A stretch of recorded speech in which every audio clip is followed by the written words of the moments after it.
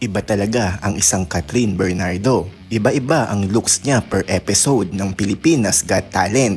Kaya mas lalo na-excite ang mga fans niya na abangan siya sa bawat episode. Kaya hindi maiwasan ng mga basher niya na manggigil dahil sa ganda ni Catherine. Sa Instagram post ni John Valle, shinare niya ang isang video ni Catherine kung saan makikita natin ang isang morena beauty, long hair, nakasuit at perfect with eyeglasses. Ang ganda ng dating ni Catherine dito.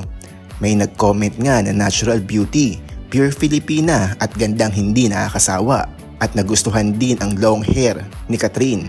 Sa kabilang banda naman, first time nagkasama si Catherine Bernardo, Andrea Brillantes at Daniel Padilla sa isang malaking event mula nang nabalita ang breakup nila Kat at Daniel noong 2023. Umattend nga si Catherine, Andrea at Daniel sa Brighter Together, the ABS-CBN Ball 2025 na ginanap sa Soler North, Quezon City.